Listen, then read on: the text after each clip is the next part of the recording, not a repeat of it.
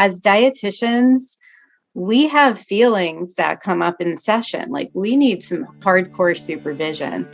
Hello, welcome to the Seasoned RD, a podcast connecting newer professionals in the field of eating disorders to those of us who have been around for a while. I'm your host, Beth Harrell, a certified eating disorders registered dietitian and supervisor. And I'm Abby Brown, a registered dietitian who is newer to the field. I think of myself as a well-seasoned cast iron skillet with wisdom and experience, yet always ready for something new. And I think of myself as an Instapot with innovation and a fresh perspective. This podcast brings both to the table to share ingredients, recipes, and techniques of past and present so we can all be our best for the future. The kettle is heating up. The skillet is on simmer. So join us around the table for true professional nourishment. Abby, ready to stir the pot? Let's do it. How can two opposite things be true at the same time? So today we're talking about with Stefanie Boone, who's a registered dietitian and supervisor, and she has an upcoming course through EDRD Pro about RO-DBT and DBT, and talks a little bit about the expert proficiency levels for dietitians who work with eating disorders in this episode. It is like an alphabet soup. I understand that. DBT, RO-DBT, EDRD, what does that mean? Listen in, because she's going to talk to us about mindfulness and distress tolerance, whether or not it's in the scope of practice for the dietitian, and how we can get supervision for this. She also gives us some nuggets, like assuming that our clients are doing the best they can and they can do better and try harder, and how she brings this up with her clients. This course is vast, and it teaches us how to work with our clients who might be overly agreeable and overly disagreeable at the same time. I hope you enjoy this episode. Hello, today we're here with Stefanie Boone, who's a registered dietitian and certified eating disorders registered dietitian. Welcome, Stefanie. Thank you, Beth. So happy to be here. So super excited to learn from you today, Stefanie. Just to get things going, though. Mountains or beach? Beach. Oh, that was fast. Yeah, no I hesitation. live in Santa Monica, so I love the beach. Mm-hmm. Breakfast or dinner? Breakfast for every meal.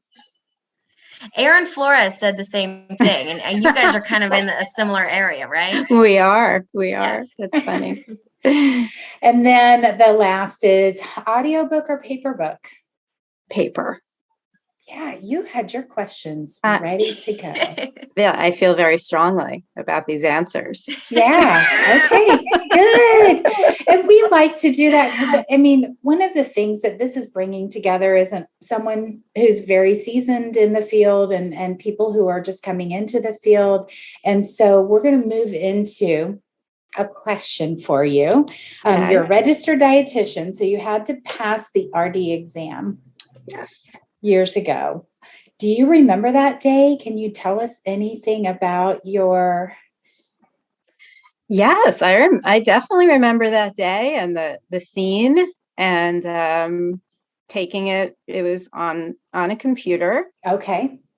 And my question to myself is, did I learn if I passed right then? And I can't remember. Can't remember. Were you stressed about it, or do you have any funny stories from it or worries?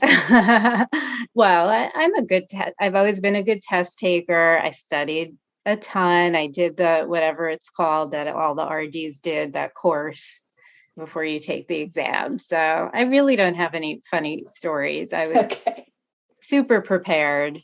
Okay. And not too nervous. I think maybe you might be more of an exception.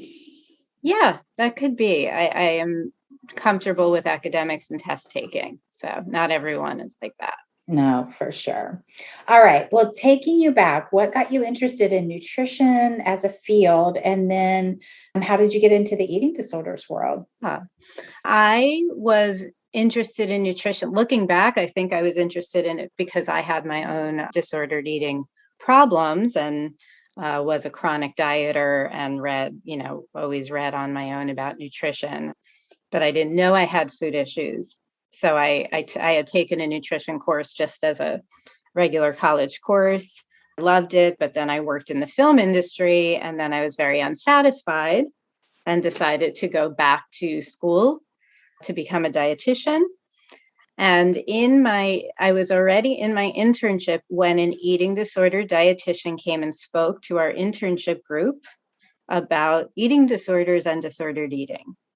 And I felt like, wow, I think I have a problem here that I always looked at as a problem of no self-control and inability to stay on a diet. So I called that dietitian the next day to make an appointment for myself. So she changed my life. She helped me recover via intuitive eating mainly. And then I just got very passionate about, kind of like that was the only thing really I wanted to do, because I find it so interesting with the psychology of it too. Oh, absolutely. And that's what we really want to pick your brain about today, is the psychology of it, because dietitians are taught a lot of medical nutrition therapy and some formulas and can sizes and how to, all those food servicey things as well. So to shift over to the psychology, what did you learn about that, and what got you interested in that? Well, I mean, we don't really learn anything about that. So, in my own process of getting help, if anyone who's been in their own process of getting help for their relationship with food knows that, food is just the top layer of the onion, and underneath is the connection between food and feelings and, your relationship with emotions and coping skills. So you learn that when you do the work. Then you go and try to do the work and you realize, oh, we weren't really trained very much in any kind of counseling skills beyond the basic pre-content stages of change. And when I went to school, we didn't even have motivational interviewing yet. So usually eating disorder dietitians have a similar experience to me, I think, where you get a job at a treatment center and you are thrown into the fire and you learn on the job and you absorb the whatever therapy and therapeutic modalities the therapists are using. Did you work in a treatment center? I did. That was my first eating disorder dietitian job at the Eating Disorder Center of California. It can be so helpful and so hard for so many people to actually get a job like that as a starting point. And we've had other guests who say it's really such a great place to start, but not accessible to as many dietitians as we wish. So the stages of change, motivational interviewing. Abby, you got MI in? I did. Thank God. I did get MI. Yeah. I would have felt super lost without it. Yeah. And then Stefanie, what other things have you, besides MI, and you mentioned intuitive eating, did you get into to learn? Well, so then I was doing my eating disorder dietitian thing, trained under Carolyn Costin. So it's not that I didn't have really great concepts that I was using anyway. For anyone who knows about Carolyn Costin, who started Montanino and Eating Disorder Self and Healthy Self. And that was kind of my paradigm. We're kind of, the whole team is trying to grow the healthy self and put the eating disorder self out of a job. So that's a wonderful paradigm. And along with intuitive eating, that was it. But then I got a job at a comprehensive DBT program. And I was the program dietitian there. And that's where I learned DBT, which stands for dialectical behavioral therapy. If you work at a DBT comprehensive program, you're fully immersed in the world of dialectical behavioral therapy. It's a modality. It's a different language almost. And it kind of turned everything on its head for me. I learned it on the job, and I loved it so much because DBT teaches you skills and helps you teach the client skills about mindfulness, distress tolerance, which as an EDRD, we are completely trying to help the clients with, emotion regulation skills. And I felt it paired so well with what an eating disorder dietitian does that I got myself trained. Not trained to be a therapist, but you can get training to be able to teach a skills class and know the skills so well that you can weave them in. And what does the training look like for DBT? Well, again, I want to be really clear. There's the intensive training, which is like if you want to be a therapist, but then it's just a DBT skills training. I don't know what exactly they call it. The website is behavioral tech for anyone who wants to look at that. And it was online. It was, I'm sorry that I can't remember how many hours. It's okay. 30 hours. A lot, sounds like. Yeah. And, and that I was already felt very knowledgeable before I took the course because of my experience, but my experience was very unique to be able to work at a treatment center that does DBT. Yeah. And to take your lived experience into the treatment center setting and then into the training, you were super prepared for it. When I think of DBT, I think of there's a particular center that the therapists are available for the client 24/7 by text and right. Okay. Yeah. So if someone's in comprehensive DBT therapy, it's a very structured, very specific way that you receive therapy. You have a DBT therapist, you see them individually, and then the therapist is also available for coaching. So a client, because DBT was created for people who are chronically suicidal and have, emotion dysregulation issues, borderline personality disorder. So there's a lot of crisis all the time. So someone who is in DBT therapy can call their therapist anytime, but it's for something very specific, which is coaching. So the therapist will say, what skills are you going to use? What skills have you tried? It doesn't get into what's going on. What do you think triggered this?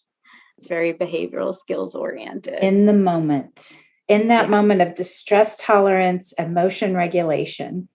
Right. And mindfulness. I mean, by the time someone's in DBT comprehensive therapy, they're also taking a skills training class, which is several hours a week, and skills applications group.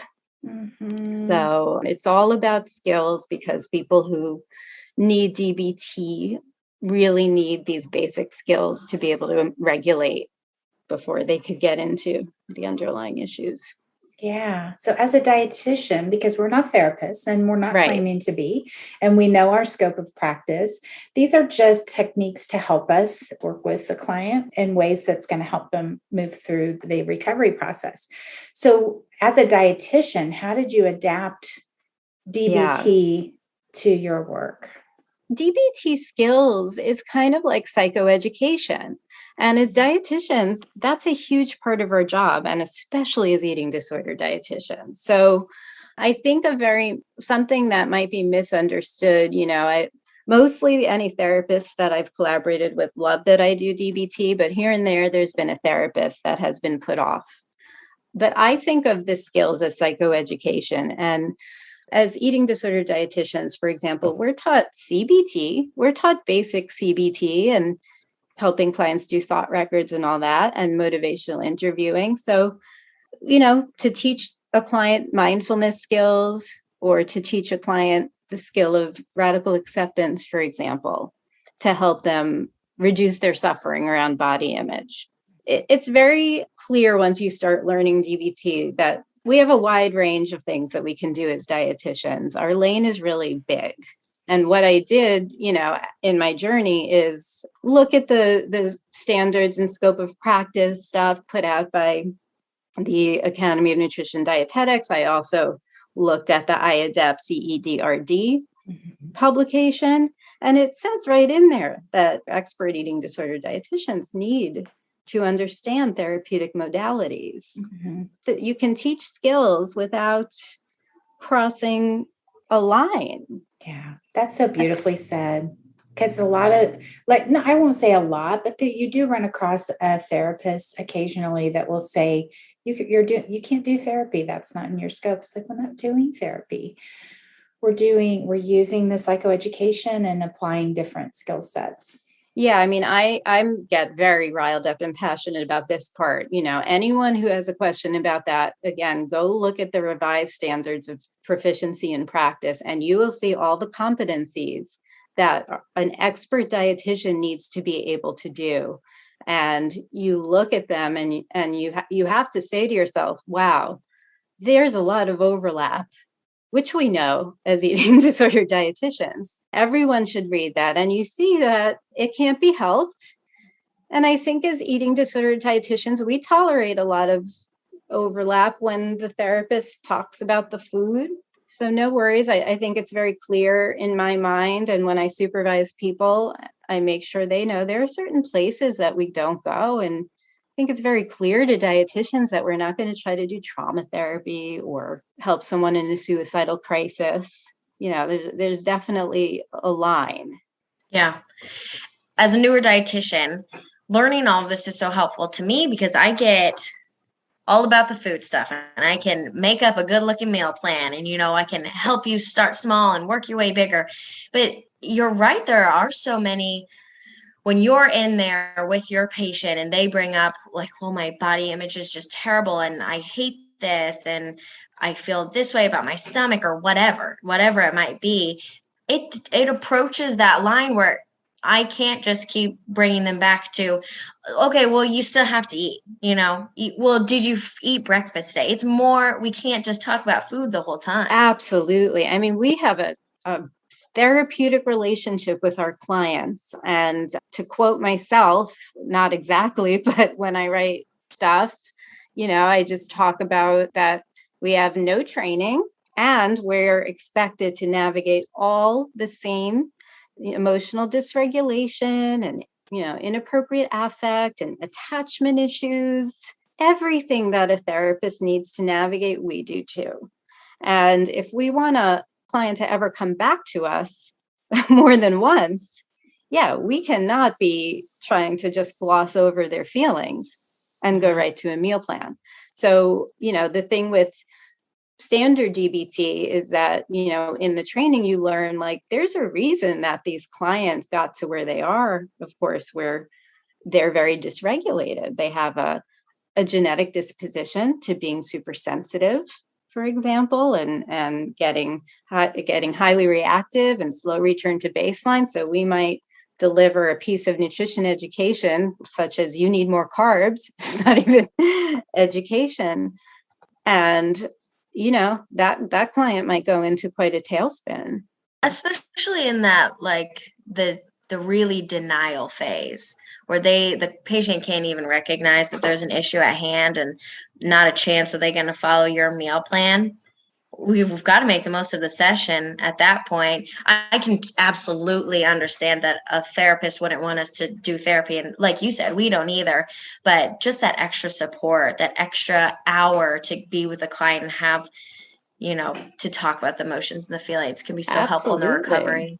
And validation. And like Abby, you just said, and Stefanie, you started with, you didn't even know you had some disordered eating. Like you said, Abby, with the denial, and Stefanie opened this beautifully with, back in the day, we used to not be able to admit or talk about our own lived experience. It was really hush hush. And I'm so grateful that people can just talk about their lived experience in that way that you did. And Abby, when you said the denial, then we also understand. Exactly.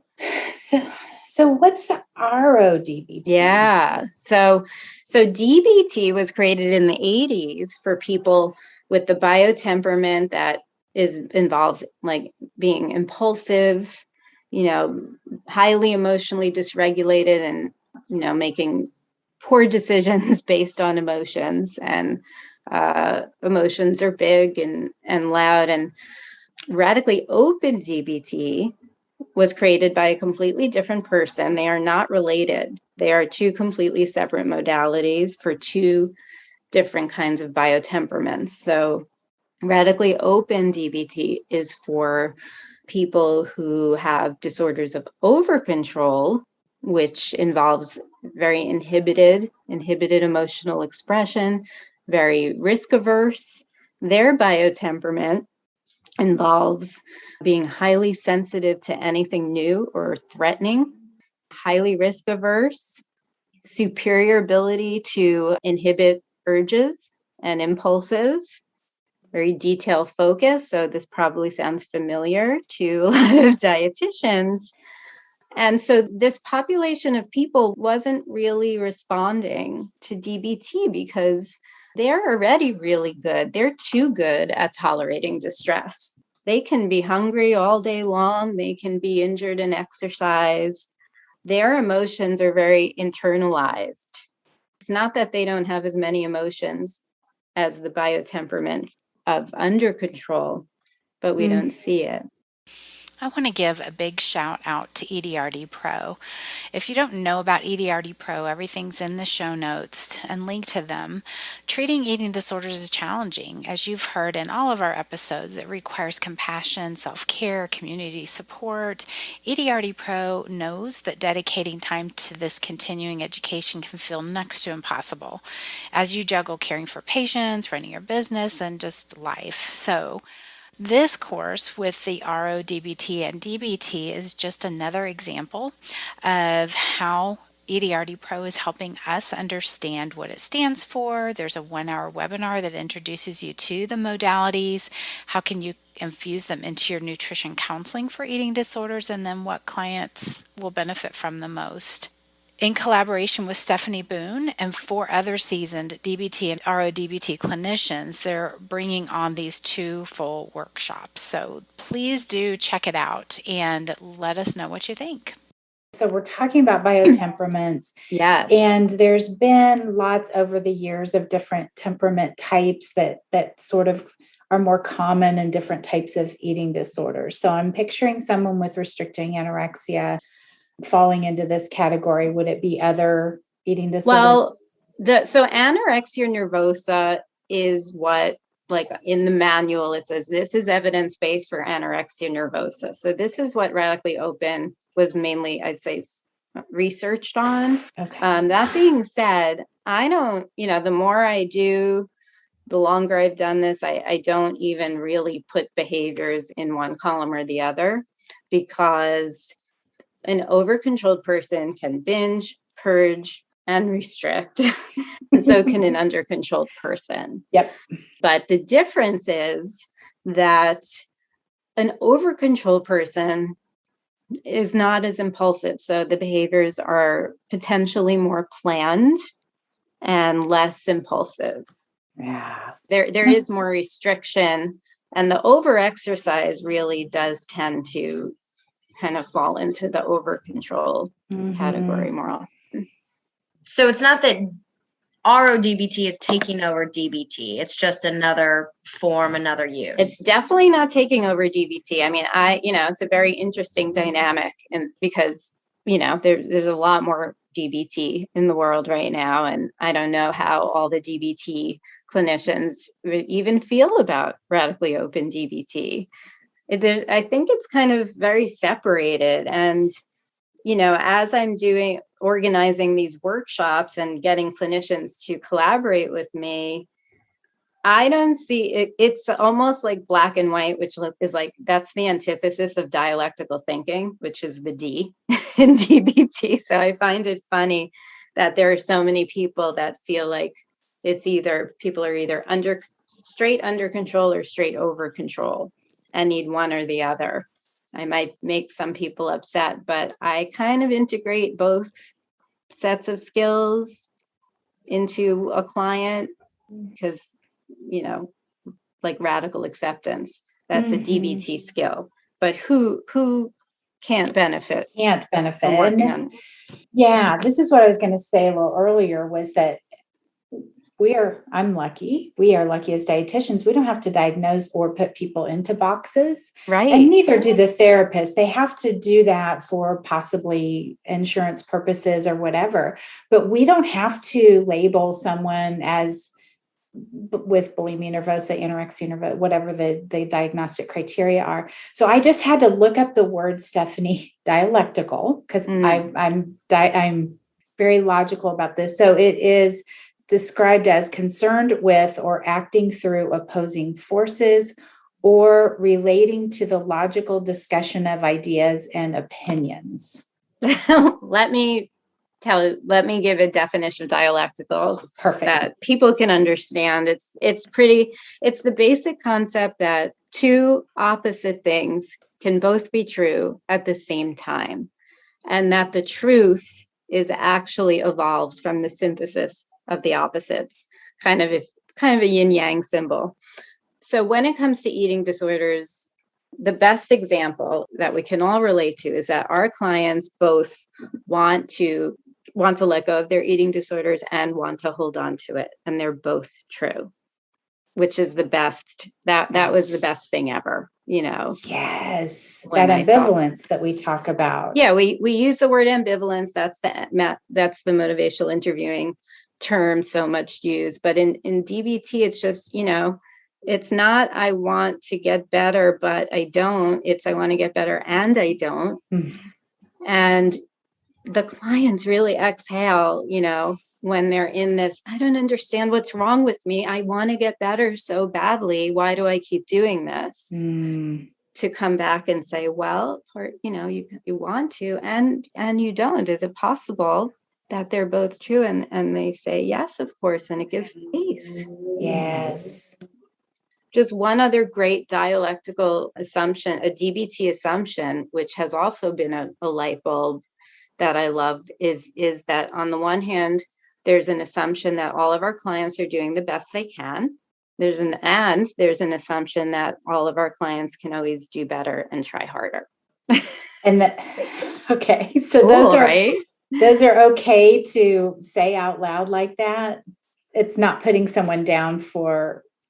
You bring it up when it's appropriate, but I like to bring it up when a client is berating themselves and saying, well, the client who says, well, I'm obviously not trying because look, that's a great time, for the client who's in harsh self-judgment. There's so many of our clients in that situation.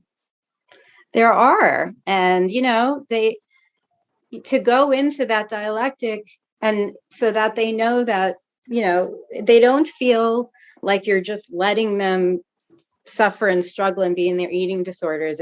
Because if you just say, well, you're doing your best, yeah, that's all you can do, then they're going to be like, what are you saying? So this is it. Yeah. So you explain to them, and could it be that you could also do better? Think about that. And again, an exhale usually. And I think a lot of people, even though there is, I want to get better and I don't, I do feel that a lot of my patients like to have goals. Like, we are goal-minded people. We want to, at some level, achieve the next thing and to make that progress. Yeah. And so the big dialectic in DBT is acceptance and change. That's the overarching dialectic. So we are working on acceptance with our clients while working on change. We're helping them work on acceptance. Again, body image is so great for this. It's like, it's okay to work on body acceptance and want your body to change. And I find that to be the longest lingering thing in the eating disorder is just the body acceptance piece. And I really struggle getting the clients to accept their body, but it sounds something like DBT, RO-DBT might be a game changer. It's kind of a game changer. It's kind of like, radical acceptance from standard DBT. I think of it as an offering. We're not trying to talk a client into accepting their body. We are acknowledging the suffering that is going on with the body image, and radical acceptance is to accept that reality is as it is and reduce the suffering that happens when we're, this shouldn't be this way and why can't it be different? This is huge. It is huge. You are, I the words exhale, acceptance and change, and offering. You are going to be teaching a course Yes. And enrollment is open now, but it's going to be available to start in February, I believe, of 2022. So tell us a little bit about that. Because I'm taking notes, but I'm sitting here thinking I want to dig into this. Yeah, this is vast. This is just vast is the only word. There's one 8-hour workshop on dietitians using standard DBT. And then the next month, it's an 8-hour workshop on dietitians using radically open DBT. Those are 8 hours plus self-study materials. And even then, if you were to say, I need 10 more hours of material, I could say, no problem. It's so big. It's big. You mentioned supervision too. Do you provide supervision? I do. And ever since I fell in love with standard DBT, my supervision is always looking through the DBT lens. Awesome. It's just kind of part of how I work. And now radically open DBT, which I guess I didn't finish that part of the story. So I heard about radically open DBT before it came out. And when I saw, maybe this will help with these rigid thinking, fear of doing anything new, I got so excited. And I was just on it the second the manuals came out, which wasn't until 2018. So it's very new, and it's less widely accepted, I'd say, as far as even a dietitian learning it than it is for DBT, because at this point, even eating disorder treatment centers usually have a DBT skills class. For sure. And the RO-DBT, was it developed for eating disorders specifically, or just disorders of over control? So biotemperament being low reward sensitivity. So that's the not motivated, like when you think of food, food doesn't feel rewarding in a dopamine sense. And so a client isn't motivated behavior-wise to do what they need to do to get food because it doesn't even feel pleasurable. What feels pleasurable is restricting and achieving.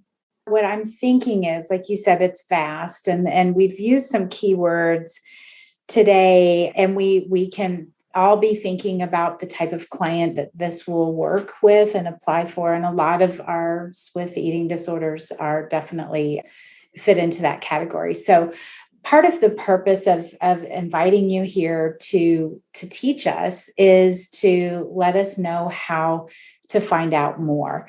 And so even in the beginning, when you were talking about the stages of change, motivational interviewing, Carolyn Costin, you gave us some examples of links that, we're going to put these into the show notes for people who are just starting out in this field, who really do just want to know, how do I start out in this field? What is it that people who have been in the field a long time are using, and what do they find works?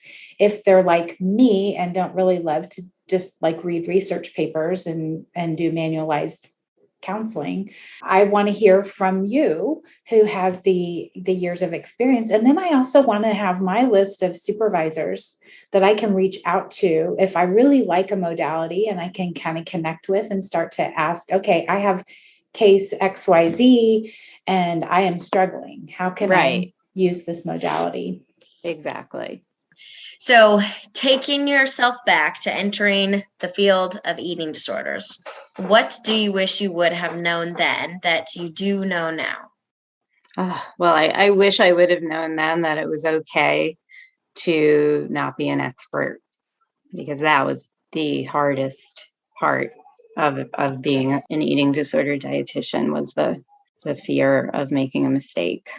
It's a sucky feeling to not, I'm going through this now, but it stinks to feel like, oh gosh, well, I just don't know. So hearing that is helpful. Yeah. I mean, stinks is an understatement. I can't validate enough the turmoil that I felt when I was starting out. It was tough.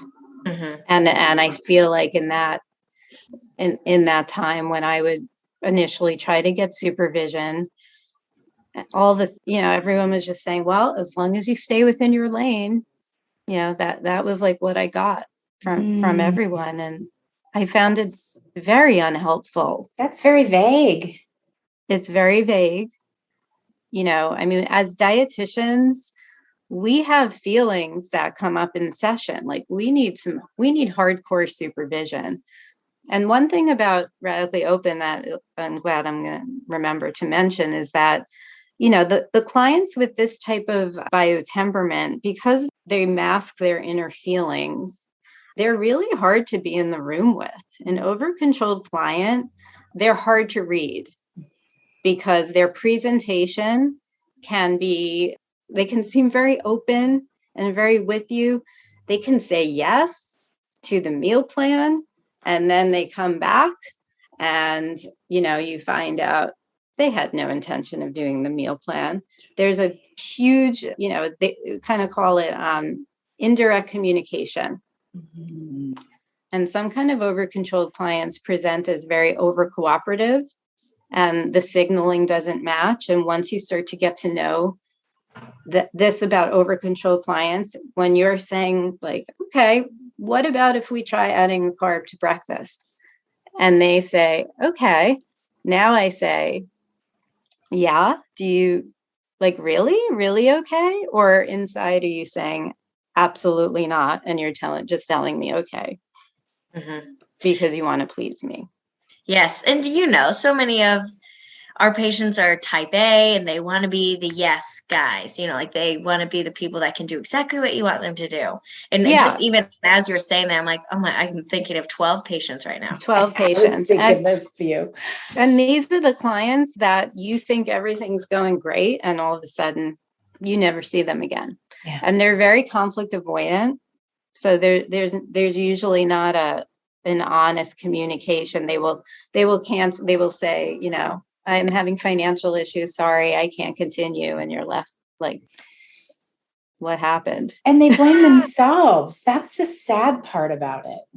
Mm-hmm. It's because what I think we're called to do is help bring out in them the acceptance that this is a dichotomy. It's this total struggle. And so if this happens and we, in this indirect communication, we're not getting it as a dietitian, they may leave our service and they're going to blame themselves. See, I'm unfixable. Absolutely. That's the dynamic. I mean, they blame themselves and us, really. Yeah, true. That's true. And then there's another subtype, there's two subtypes. There's what we call overly agreeable. And then there's the type of over-controlled client that's what we call overly disagreeable. So for any of us who have had the experience of feeling hostility from a client, or like the flat face, can't read what they're thinking, or they look very unhappy with everything you're saying, that's another thing that Radically Open DBT has been so helpful for, is you get to understand like why the client has evolved to bring this, to present this into all the interactions. It helps us not take it personally, and it helps us not feel so demoralized, which is a word that when I read Radically Open DBT, I was like, that's it. That's how I feel so much of the time after I see an over-controlled client. I feel like I don't know what I'm doing. And that explained it. Because there's a lot in Radically Open DBT about humans and social signaling, and how humans respond to an absence, let's say, of, like what you're doing, Beth, right now. You're nodding your head.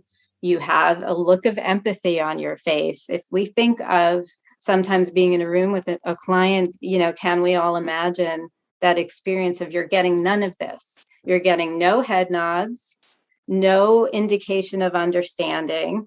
And, as humans, our defensive arousal system gets kicked in. So we go into threat response when we're with a client who we can't read. So this is the value of Radically Open DBT as well. And it became so much harder too, doing throughout COVID, doing virtual appointments, to only see, shoulders up, and you're really not getting any reaction. Another question I had, do you find that you're doing this throughout all ages, or is it more so with a specific age group? You mean integrating the modalities? Mm-hmm.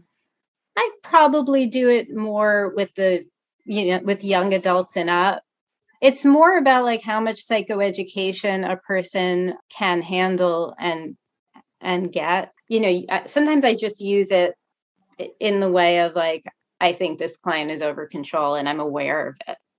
Mm-hmm. And other times, I might use it, let's say for someone who has more insight, I might psychoeducate them on like, I'm noticing that, you're not open right now. Like every time I make a suggestion, mm-hmm. You say that you've tried that already. Mm-hmm. Okay. Makes sense. Mm-hmm. Well, this was so helpful. I'm definitely going to explore DBT. I think I am too, Abby. Yeah. Yeah. I mean, so you could get different levels of training from the RO-DBT.net and behavioral tech. But my hope with my courses is that up until now, I've spoken like this, where I'm saying how amazing it is and giving little tidbits of information, which makes people want to learn more. But so the courses are the next step, where I'm hoping people can come and actually learn stuff that they can use. If they want to go a step further after that, they might take the actual trainings. Mm-hmm. Okay. So that brings us to, how can people get a hold of you and learn from you?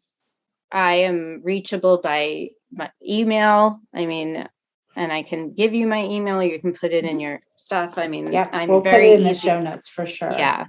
I love giving supervision. I get very excited about that.